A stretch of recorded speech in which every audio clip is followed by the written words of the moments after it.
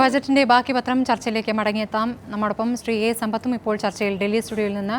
Shri A സമ്പത്ത്, ഇതിപ്പോൾ ചർച്ച ഒരു അരമണിക്കൂർ ഘട്ടം കടന്നു പോയിരിക്കുകയാണ്. അതുകൊണ്ട് ആദ്യ ചോദ്യം എന്നുള്ള നിലയ്ക്ക് എല്ലാവരും തുടർച്ച എന്ന നിലയ്ക്കാണ് താങ്കളോടുള്ള ചോദ്യം. ഇവിടെ ഇപ്പോൾ ഉയർന്നിരിക്കുന്ന ഒരു പ്രധാന വാദം സംസ്ഥാനത്തിന്, കേരളത്തിന് കാര്യമായ പ്രഖ്യാപനങ്ങളില്ല, കാര്യമായ എന്നല്ല, പ്രത്യേകിച്ച് ഒന്നും തന്നെ കേരളത്തിന് ലഭിച്ചിട്ടില്ല എന്നുള്ളതാണ്. അതിൽ എയിംസ് എന്ന വിഷയത്തിൽ ഇപ്പോൾ കേരളം തന്നെ ആവശ്യപ്പെട്ടതിൽ വ്യക്തത കുറവുണ്ടായിരുന്നു. വ്യക്തത കുറവല്ല, പല MLA-മാർ ഇന്ന് ജില്ലയിലേക്ക് വേണമെന്നുള്ള ആവശ്യം മുന്നോട്ട് വെച്ചതുകൊണ്ട് അതിൽ കൃത്യമായൊരു ആവശ്യമായി മുന്നോട്ട് വയ്ക്കാൻ സാധിക്കാതിരിക്കുകയും അത് നമുക്ക് നഷ്ടപ്പെടുകയുമായിരുന്നു എന്നുള്ളതാണ്. സംസ്ഥാനത്തിനാണ് പഴി. അതിനുള്ളൊരു മറുപടി. ഇവിടെ എയിംസിൻ്റെ മാത്രമായത് ചുരുക്കണ്ട. നമ്മളിന്നിപ്പോൾ ഈ ബഡ്ജറ്റ് അവതരിപ്പിച്ചുവല്ലോ. ഈ ബഡ്ജറ്റ് ഡോക്യുമെൻറ്റ്സ് നിങ്ങളിപ്പോൾ അവിടെ ഈ നമ്മൾ സ്റ്റുഡിയോയിലിരിക്കുന്ന ആളുകളുടെ എല്ലാം ധാരണ ഇപ്പോൾ ഈ ബഡ്ജറ്റ് ഡോക്യുമെൻറ്റ്സ് എല്ലാം കിട്ടി. ഞങ്ങൾ MP-മാരെല്ലാം അത് ഏത് പാർട്ടികളുടെ MP-മാരായാലും നമ്മുടെ ഈ ഒരു വർഷത്തെ 21 ലക്ഷം കോടി രൂപയുടെ ബഡ്ജറ്റിനെ സംബന്ധിച്ചുള്ള കാര്യങ്ങളെല്ലാം ഇവിടെ കയ്യിൽ കിട്ടിയെന്നുള്ള നിലയിലാണ്. അപ്പുറത്ത് ചർച്ച ചെയ്യുന്ന ആളുകളുടെ കയ്യിലേക്ക് ഈ ഡോക്യുമെൻറ്റ്സ് മുഴുവനും ആ വിധത്തിൽ ലഭിച്ചിട്ടുണ്ടാവില്ല. നിങ്ങൾ നൽകുന്നതായിട്ടുള്ള വിവരങ്ങളും ഞങ്ങളിൽ നിന്ന് കിട്ടുന്നതായിട്ടുള്ള വിവരങ്ങളും വെച്ചിട്ട് ഈ വർഷത്തെ ഒരു ഏറ്റവും വലിയ ജനാധിപത്യ രാഷ്ട്രത്തിൻ്റെ ബഡ്ജറ്റ് ഡോക്യുമെൻറ്റ്സ് ആകെ ഇത്രയാണ്. മനസ്സിലായല്ലോ? ഇത് വാസ്തവത്തിൽ ഇത് തന്നെ ഒരു ചരിത്ര സംഭവമാണ്. ഇത് ഇങ്ങനെ അല്ല ഇത് വരേണ്ടത്. എന്തുകൊണ്ട് എന്ന് ചോദിച്ചാൽ, ഈ നമ്മുടെ നാട്ടിൽ നേരത്തെ ലോക്സഭയെല്ലാം നിലവിൽ വരുന്നതിന് മുമ്പ്, ഭരണഘടനയും നിലവിൽ വരുന്നതിന് മുമ്പ് തന്നെ ഭരണഘടനാ നിർമ്മാണ സഭയിൽ തന്നെ വർഷങ്ങൾക്ക് മുമ്പ് നടത്തിയിട്ടുള്ള ചർച്ചയുണ്ട്. ആ ചർച്ചകളിൽ തന്നെ റെയിൽവേ ബഡ്ജറ്റിനെ പറ്റി പറയുന്നുണ്ട്. 92 കൊല്ലത്തെ ഒരു പാരമ്പര്യം ഇവിടെ ഇല്ലാതാക്കുകയാണ്. ഇപ്പോൾ എയിംസിനെ പറ്റിയുള്ള ഒരു കാര്യത്തിൻ്റെ ഒരു പ്രസക്തമായ ചോദ്യം, ഞാനത് ഒറ്റ മിനിറ്റ് കൂടി എടുത്തിട്ട് ഞാനതിലേക്ക് വരാം. ഇതാണ് ഇത് ധനകാര്യമന്ത്രിയുടെ ബഡ്ജറ്റ് പ്രസംഗമാണ്. ഈ ബഡ്ജറ്റ് പ്രസംഗം നിങ്ങളിത് മുഴുവൻ മറിച്ച് നോക്കിയാൽ അദ്ദേഹം ബഡ്ജറ്റ് പ്രസംഗത്തിൽ പറയാത്ത പ്രധാനപ്പെട്ട കാര്യങ്ങളെല്ലാം അനുബന്ധമാണ്, അനക്ഷറാണ്. അതായത് ഈ തുക വകയിരുത്തലിനെ സംബന്ധിച്ച് മറ്റു കാര്യങ്ങളുമെല്ലാം അനക്ഷറിലാണ് പറയുന്നത്. പിന്നെ ഇവിടെ എന്തെങ്കിലും കണ്ടുപിടിക്കണമെങ്കിൽ ഈ ഒരു ഡോക്യുമെൻ്റ്, ഈ ഡിമാൻഡ്സ് ഫോർ ഗ്രാൻസ്, അത്തരം ഒരു കാര്യത്തിലേക്ക് പോകേണ്ടതായിട്ട് വരും. നമ്മൾ ഈ ചർച്ചയിൽ പങ്കെടുക്കുന്ന ആരായാലും രാഷ്ട്രീയമായിട്ടുള്ള കാര്യങ്ങളെല്ലാം ഇരിക്കട്ടെ, അത് അത്തരം കാര്യങ്ങൾ വെക്കുമ്പോൾ തന്നെ പിന്നെ നമുക്ക് നോക്കാവുന്നത് ഒരു എക്സ്പെൻഡിച്ചർ പ്രൊഫൈലാണ്. അത് ഈ ഒരു പ്രധാനപ്പെട്ട ഒരു പുസ്തകമാണ്. ഇത് കയ്യിൽ കിട്ടുമ്പോൾ തന്നെ നമ്മുടെ ആരുടെയും കയ്യിൽ ഈ റവന്യൂ ഫോർഗോഡ് എന്ന് പറയുന്നൊരു ഡോക്യുമെൻ്റ് ഇല്ല. റവന്യൂ ഫോർഗോഡ് എന്ന് പറയുന്നൊരു ഡോക്യുമെൻ്റ് എപ്പോൾ ഇല്ലാതായി എന്ന് ചോദിച്ചാൽ, ഇപ്പോഴത്തെ BJP നേതൃത്വത്തിലുള്ള ഗവൺമെൻറ്റിൽ അരുൺ ജെയ്റ്റ്ലി ധനകാര്യമന്ത്രിയായതിനു ശേഷമാണ് ഇതിനെ സംബന്ധിച്ചുള്ള കാര്യങ്ങൾ പാർലമെൻറ്റ് അംഗങ്ങളും മാധ്യമങ്ങളും എല്ലാം ചോദിക്കുകയാണല്ലോ. ഓരോ വർഷവും ഇങ്ങനെ 5 ലക്ഷം കോടി രൂപയുടെ റവന്യൂ ഫോർഗോഡ് വലിയ കമ്പനികൾക്കും അങ്ങനെ വളരെ റിച്ച് ആൻഡ് അഫ്ലുവൻ്റ് ആയിട്ടുള്ളവർക്കും എല്ലാം അങ്ങനെ ലഭിക്കുന്നു. അപ്പോൾ ഇനിമേലാൽ ഇത്തരം കാര്യങ്ങളെക്കുറിച്ചൊന്നും നിങ്ങൾ അറിയേണ്ടതില്ല. അപ്പോൾ അങ്ങനെ ഒരു കാര്യം ഇനി ഇല്ല. ഇവിടെ ഈ ബഡ്ജറ്റുമായി ബന്ധപ്പെട്ട ഒരു പ്രധാനപ്പെട്ട ഒരു ഡോക്യുമെൻ്റ് എന്ന് വന്നിട്ടുള്ളത് ഇതാണ്. അത് ഫൈനാൻസ് ബില്ലാണ്. ഇനി എയിംസിനെ കുറിച്ച് ചോദിച്ച കാര്യം, എയിംസ് എവിടെ വേണമെന്നുള്ളതിനെ സംബന്ധിച്ച് ഞാൻ ഉൾപ്പെടെയുള്ള പാർലമെൻറ്റ് അംഗങ്ങളോടെല്ലാം വ്യക്തിപരമായി ചോദിച്ചാൽ ഞങ്ങളെല്ലാവരും ഇടപെടും. എന്തായിരിക്കും? നിങ്ങൾക്കും അറിയാവുന്ന കാര്യമാണല്ലോ. എന്തായിരിക്കും പറയുക? ഞങ്ങളുടെ മണ്ഡലത്തിൽ വേണം എന്ന് പറയും. ഞങ്ങളുടെ മണ്ഡലത്തിൽ വേണമെന്ന്, അത് സ്വാഭാവികമായ കാര്യമാണ്. ഞങ്ങളത് ചോദിക്കേണ്ട. അത് ചോദിച്ചില്ല എങ്കിൽ MP-മാരായിട്ടുള്ളവരോട് അവിടുത്തെ ജനങ്ങൾ ചിലപ്പോൾ പറയും നിങ്ങൾ ചോദിക്കാത്തത് കൊണ്ടാണ് എന്ന് പറയും. നമ്മളെല്ലാവരും അതിനുവേണ്ടി പരിശ്രമിക്കും. MLA-മാരും പരിശ്രമിക്കും, ഒരു സംശയവും വേണ്ട അത്തരം കാര്യത്തിന്. കേരളത്തിലെ ഗവൺമെൻറ് ഇത് സംബന്ധിച്ച് സ്ഥലവും ചൂണ്ടിക്കാട്ടി ഇത് സംബന്ധിച്ച് കൃത്യമായ സമയത്ത് തന്നെ ഇതിൻ്റെ കത്തടപാടുകൾ നടത്തിയിട്ടുണ്ട്. ഞങ്ങളുടെ MP-മാരുടെ യോഗം ബഹുമാനപ്പെട്ട മുഖ്യമന്ത്രി വിളിച്ചു ചേർത്ത സമയത്തും ഞങ്ങൾക്ക് നൽകിയിട്ടുള്ള അജണ്ട നോട്ട്സിൽ പറഞ്ഞിട്ടുണ്ട്. അത് സംബന്ധിച്ചുള്ള ചർച്ചകൾ, അത് തുടർന്ന് ഞങ്ങൾ അത്തരത്തിലുള്ള കാര്യങ്ങൾ ചെയ്യണമെന്ന് ഞങ്ങളോട് അദ്ദേഹം അഭ്യർത്ഥിച്ചതുമാണ്. അതുകൊണ്ട് ഇത് കേരളം ചോദിക്കാഞ്ഞിട്ടൊന്നുമില്ല. കേരളം ചോദിക്കാഞ്ഞിട്ടാണോ നാളികേര കർഷകരെ സഹായിക്കാത്തത്? കേരളം ചോദിക്കാഞ്ഞിട്ടാണോ പരമ്പരാഗത മത്സ്യത്തൊഴിലാളികളെ സഹായിക്കാത്തത്? കേരളം ചോദിക്കാഞ്ഞിട്ടാണോ റബ്ബർ കർഷകരെ സഹായിക്കാത്തത്? കേരളം ചോദിക്കാഞ്ഞിട്ടാണോ ഈറ്റപ്പനമ്പ് തൊഴിലാളികളെ സഹായിക്കാത്തത്? കേരളം ചോദിക്കാഞ്ഞിട്ടാണോ നമ്മുടെ ഈ കൈത്തറി തൊഴിലാളികളെ സഹായിക്കാത്തത്? ഇതൊന്നും കേരളം ചോദിക്കാഞ്ഞിട്ടല്ല. കേരളവുമായി ബന്ധപ്പെട്ട ഇത്തരം കാര്യങ്ങൾ, പ്രവാസികളുടെ കാര്യത്തിൻ്റെ കേരളം ചോദിക്കാഞ്ഞിട്ടാണോ പ്രവാസികളുടെ ക്ഷേമവുമായി ബന്ധപ്പെട്ട കാര്യത്തിന് എന്തെങ്കിലും നൽകാത്തത്? ഇപ്പോൾ ഇവിടെ താങ്കൾ ചോദിച്ച ചോദ്യം, ഞാനത് മറുപടി പറയുമ്പോൾ തന്നെ ഒരു കാര്യം, നിങ്ങൾ ലോക്സഭാ TV-യിലെ ക്ലിപ്പിംഗ് കൂടി ദയവായി ഒന്ന് നോക്കണം. ലോക്സഭാ TV-യുടെ ക്ലിപ്പിങ്ങിൽ അതിന് മാത്രമായിരിക്കുമല്ലോ. അപ്പോൾ മാതൃഭൂമി TV-യിൽ നമ്മൾ ഒരു പക്ഷേ ആ ഒരു പോർഷൻ, ഞാനത് പറയുന്നത് അദ്ദേഹത്തിൻ്റെ പ്രസംഗത്തിൻ്റെ സമാപനത്തിൻ്റെ ഒരു 4-5 മിനിറ്റ് മുമ്പാണ്. അദ്ദേഹം ഈ ടാക്സ് എവേഷനുമായി ബന്ധപ്പെട്ട കാര്യങ്ങളെക്കുറിച്ച് പറയുമ്പോൾ അദ്ദേഹം പറഞ്ഞൊരു കാര്യമുണ്ട്. ഇന്ത്യയിൽ നിന്ന് ഒരു വർഷം ഏതാണ്ട് 2 കോടി ആളുകൾ വിദേശയാത്ര നടത്തുന്നുണ്ട്. പിന്നെ വേറെ ചില കണക്കുകൾ പറഞ്ഞു. ആ കണക്കുകളെന്ന് പറയുന്നത് ഈ മോട്ടോർ കാറുകൾ ഓരോ വർഷവും വിലയ്ക്ക് വാങ്ങുന്നവരെ സംബന്ധിച്ച് മറ്റു കാര്യങ്ങളുമാണ്. കേരളത്തിൽ നിന്ന് 35 ലക്ഷം ആളുകളാണ് ഈ ഗൾഫ് രാജ്യങ്ങളിൽ മാത്രം പോയി പണിയെടുക്കുന്നത്. ഈ യൂറോപ്യൻ രാജ്യങ്ങളിലും അതുപോലെ അമേരിക്കൻ ഐക്യനാടുകളും H1B1 വിസയുടെതൊക്കെ അവിടെ ഇരിക്കട്ടെ, ഓസ്ട്രേലിയ ഉൾപ്പെടെയുള്ള രാജ്യങ്ങളിലും മറ്റു പലരും ഉണ്ട്. കേരളത്തിൻ്റെ സമ്പദ് വ്യവസ്ഥയുടെ ഒരു പ്രധാനപ്പെട്ട ഘടകം നമ്മുടെ പ്രവാസികളാണ്. ഈ 35 ലക്ഷം ആളുകൾ ഗൾഫിലേക്ക് മാത്രം യാത്ര ചെയ്യുന്നവർ തന്നെ ഉണ്ട്. 2 കോടി ആളുകളെ പറ്റി പറയുന്നതിൽ മറ്റ് ഇന്ത്യക്കാരുമുണ്ട്. അദ്ദേഹത്തിൻ്റെ മുഖഭാവം പഴയ അമേരിക്കൻ പ്രസിഡന്റ് ഒരിക്കൽ പറഞ്ഞാൽ യു റീഡ് മൈ ലിപ്സ് എന്ന് പറഞ്ഞതുപോലെ അദ്ദേഹം ഈ ടാക്സ് എവേഷനെ സംബന്ധിച്ചും അത്തരം ചില കാര്യങ്ങൾ പറഞ്ഞപ്പോൾ വിദേശയാത്ര നടത്തുന്നവരെ പറ്റിയാണ് പറഞ്ഞത്. നമ്മുടെ നാട്ടിലെ പ്രവാസികൾ വിദേശയാത്ര നടത്തുന്നത് ഉല്ലാസ ജീവിതത്തിന് പോകാനല്ല, ഉല്ലാസ നൗകയിൽ കയറാനല്ല, അവർ ആഹ്ലാദിക്കാനല്ല.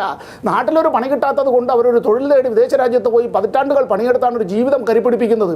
ഇവിടെ BJP ബഞ്ചുകളെല്ലാം വലിയ കയ്യടിയായിരുന്നു ഇത്തരം കാര്യത്തിനെ പറ്റിയൊക്കെ പറയുമ്പോഴേക്ക്. അപ്പോൾ അതുകൊണ്ട് ഈ ബഡ്ജറ്റ് എന്നുള്ളത് വാസ്തവത്തിൽ കുറേ പ്രസംഗങ്ങളുണ്ട്. ആ പ്രസംഗങ്ങൾ വാസ്തവത്തിൽ യാഥാർത്ഥ്യവുമായി ബന്ധമില്ലാത്തതാണ്. എന്തുകൊണ്ടാണ് ഞാനിത് പറയുന്നത് എന്ന് ചോദിച്ചാൽ അനുബന്ധം. നമ്മുടെ ഇപ്പോൾ ഈ ചർച്ചയിൽ പങ്കെടുക്കുന്ന ആളുകൾക്ക് അവസരം കിട്ടുമ്പോൾ അവർ ഈ കാര്യം എടുത്ത് വായിക്കണം. ഞാൻ പറഞ്ഞല്ലോ, ഇവിടെ പറയേണ്ട കാര്യങ്ങൾ പറയാതെ അനുബന്ധത്തിൽ ഒളിച്ചു വയ്ക്കുകയാണ്. അനുബന്ധത്തിൽ ഒളിച്ചു വെച്ചതിൽ ഞാനത് അധിക സമയം എടുക്കുകയല്ല, സമയമാകുമ്പോൾ എന്നെ ഓർമ്മിച്ച് ഞാൻ നിർത്താം. അഗ്രികൾച്ചർ ആൻഡ് ഫാമേഴ്സ് വെൽഫെയറിന് മിനിസ്ട്രിക്ക് നൽകിയിട്ടുള്ളത് കർഷകർക്ക് 10 ലക്ഷം കോടി രൂപയുടെ വായ്പ നൽകുമെന്നല്ല ബാങ്കുകളുടെ ചുമതല വായ്പ നൽകലാണ്. വായ്പ നൽകിയില്ലെങ്കിൽ എല്ലാ ബാങ്കും പൂട്ടും. അത് 4% എന്നുള്ളത് 3% കുറച്ചാലും 2% കുറച്ചാലും ഇത് മുഴുവൻ വായ്പയായി കൊടുത്തു തീർക്കാനായി കഴിയില്ല എന്നുള്ളതാണ് ഇപ്പോഴത്തെ സ്ഥിതി.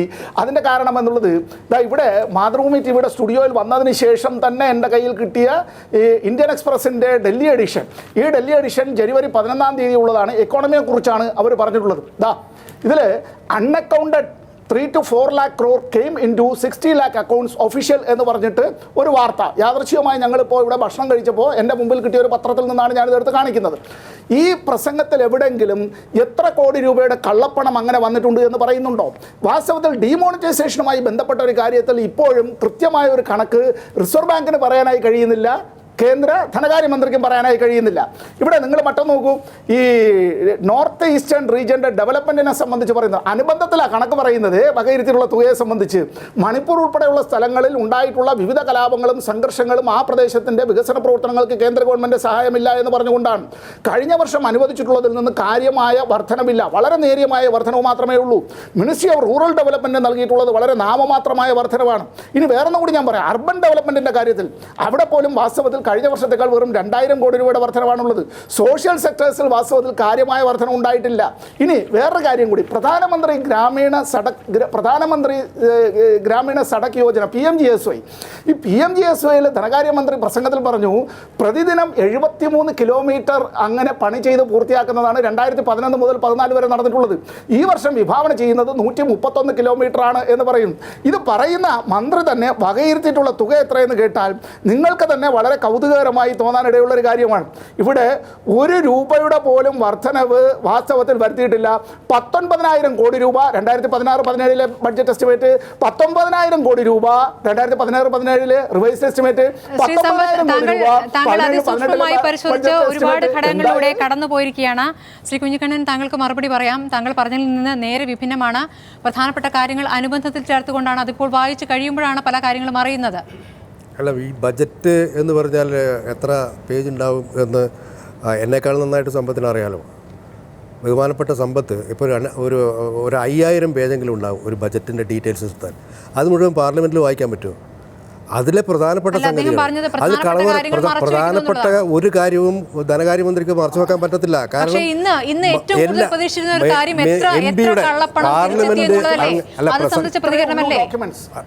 പാർലമെന്റിൽ മന്ത്രി നടത്തിയ പ്രസംഗം നൽകുന്നതോടൊപ്പം തന്നെ ബജറ്റ് ഡീറ്റെയിൽസും MP കിട്ടുമല്ലോ. അപ്പോൾ ഒരു കടലാസ് പോലും മന്ത്രിക്ക് മറച്ചു വെക്കാൻ പറ്റത്തില്ല. എല്ലാം കയ്യിൽ കിട്ടി ബജറ്റ് അവതരിപ്പിച്ചു കഴിഞ്ഞാൽ അത് പൊതു ഡോക്യുമെൻറ്റ്സായി ആർക്കും പരിശോധിക്കാം.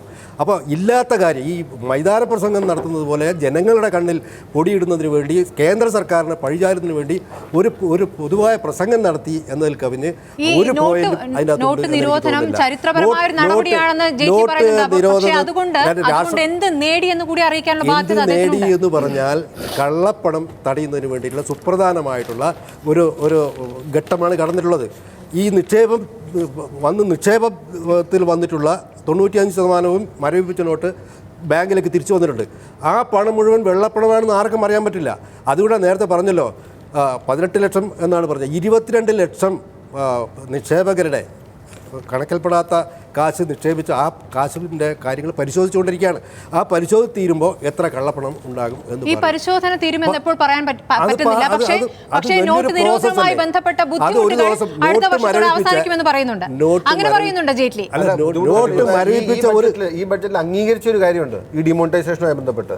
അതായത് 1% വളർച്ച നഷ്ടപ്പെട്ടത്, അതായത് 1.5 ലക്ഷം കോടി രൂപ, രാജ്യത്തിന്റെ മൊത്തം മുതലിൽ 1.5 ലക്ഷം കോടി രൂപ നഷ്ടപ്പെട്ടത് ഡിമോണിറ്റൈസേഷൻ എന്ന തെറ്റായ പോളിസി കൊണ്ടാണ്. ഇനി പറയുന്നത് കണ്ടെത്തും എന്നാണ് പറയുന്നത്. ഇപ്പൊ ഒരടി പിന്നോട്ടുള്ള കാര്യമുള്ളൂ, 4 അടി മുന്നോട്ടായിട്ടില്ല.